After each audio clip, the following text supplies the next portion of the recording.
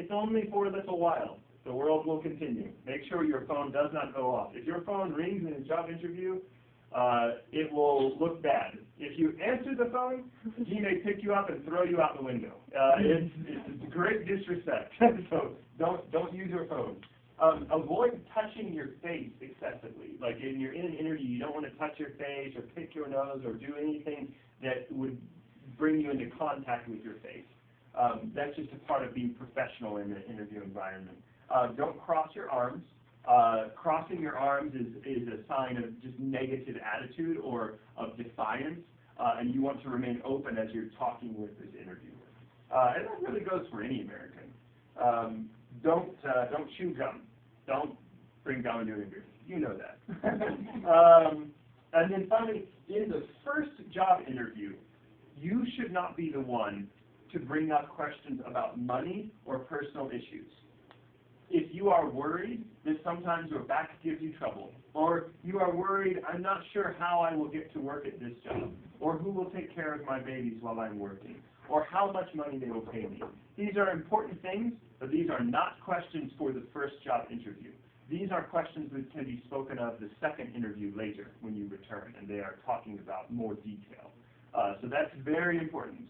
No money, no personal problems. The first interview is all positive, rainbows and sunshine, okay? Do we need to check that? So here's some of the simpler interview questions. You'll see these a lot. Where are you from? How long have you lived here in the U.S.? What job did you have in your country? We have a position as a laborer. Can you do that? When could you begin? How much would you like to be paid? The last two are probably the ones that you could use a little bit of advice on. Where if they ask, when can you start? Tomorrow. Immediately. That's a good, simple question, or simple answer. The how much you would like to be paid? Let me put it to you this way. When you go to Walmart, and you go to buy a gallon of milk, and you take the gallon of the milk up to the cash register, and then it goes beep, or thrift house, and she says, that will be $4. Do you say, I'll give you $2.70? No. Why not? The price is fixed. That's right. In the United States, the price of the job is fixed, unless you are being hired to become a boss. And in that case, it is not necessarily fixed. But for 90% of us, the job has a price, and it's fixed. They may not tell us yet what it is, but whatever it is, you're not going to be able to change it. The only thing you could make the mistake of doing is asking for too much money, and then they will go, okay, thanks, we'll call you, and they will never call you. So if they say, how much would you like to be paid, you can say, I'm happy accepting whatever the pay offers for the job, or whatever the job pays is sufficient to me. I want to work here. I know that whatever it is, it will be okay. You don't have to worry, because they're not going to lower the pay because you have said that. It's fixed. So don't worry about that, but also don't say something that will then get you excluded from taking the job. If the job pays $9 per hour, and you say, oh, $9, $9.50, $10 is okay for me, they may or may not call you. So your best answer is to say, whatever the job pays, I'm sure will be sufficient for me. And that's all you need to say about that. Now, there are some more advanced questions that may take you a little bit of time. One question is, tell me a little bit about yourself. Really, the boss, they might have a little bit of interest about you, but more than anything, they just want to hear your English, and they want to hear how well you can tell a story. So tell me about yourself is an invitation to give a small history of your life.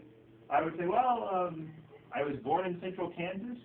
I grew up in a family of photographers, and I moved to the university in the state of Arkansas, where I met my wife, and I studied Spanish and intercultural community development. And after that, we moved to Atlanta to work for World Relief, and I have been working in employment there, and now I'm the boss of the employment team after these years, and that's about it. I'm very excited to come and work here because that's a good answer. Just a short story. They want to hear that you can speak well, that you've got good logic, and that you can communicate about your history. Why should we hire you? That's a somewhat difficult question, but again, the thing to do is to know about the company, to know what the company takes honor in and is famous for and known for, and find ways to talk about how you will be well for that. If this company has a reputation for high quality of work, you can talk about the reason they should hire you is because the work that you do is of higher quality than most people. Or how the skill that you learned in a previous opportunity. You can say, you know, when I worked in Africa, I did a lot of work doing road construction and working on repairing the homes in the town that I was in. And it was a lot of heavy work and difficult work on hot days with long hours. And that ability for me, I can continue to do that. And I believe here, it will be good for me that I am strong and I can work as long as I need to finish the job. Anything, that's an invitation for you to talk about your skills. Finally, what are your strengths and weaknesses? They do want to hear what you think you're good at. It's not a thing of pride or a bad thing. They want to know, what do you believe you are better at than the average person? Some example things, I pay very close attention to detail. I do exactly what I say I will do. If I say I'm going to finish this task over here, it will get done, no matter what. Or you can talk about the strength of being attentive to the small details, or a strength of another good strength would be that you are able to work without someone having to tell you what needs to be done. You can enter to the task, you see what needs to be done, and you can get it taken care of. You don't have to have the supervisor there to tell you every little thing. You are self-managing. That's very valuable to a lot of companies. They want to know if they leave you with the machine, when they return, the work of the machine will be finished. That's many Americans, they cannot be trusted to do that. And if you can, then you should say so. Now, the weaknesses, it is important to answer this one, but you don't want to say anything that will make trouble for you. So what you can do is choose, especially as an immigrant, as a new American, you have the easiest answer in the world for that question. You say, well, I am still learning this country, and I'm still learning English. I speak English, I understand it, but I need to learn more, and I'm doing that. I'm taking classes at night, I'm studying, and I think I will improve quickly, but that is my weakness. I'm still learning this new country. Very easy answer. No company will be sad with that answer. They will be very happy. Oh, that's good. You know that you need to get better in your English, and you are trying to do it. That's great. So that's for you the easy one. For me and Lauren, it would be more hard to answer that question. So, a couple of things to make sure you do. Make sure to communicate that you're a good worker, that you come to work on time, that you come to work every day that they schedule you to work. You're not going to be like this American who says, oh, I need to go and get my hair cut today. I'm going to call the company and tell them I can't come today. They need to know that you are reliable. And then the last thing, make sure to say thank you. Once you're finished with the interview, smile, tell them thank you for taking the time to interview you. That's very important, saying thank you. And then again, it's good to ask questions. These managers, they want to hear questions. They want to hear that you find their company interesting. So you can ask them even just a simple question about the history. Where did the company begin? How long have they been doing this? Maybe you already know this. Maybe you should know this if you did your homework. But ask them something interesting. Even you can ask the boss, how long have you worked at this company? What do you like about it?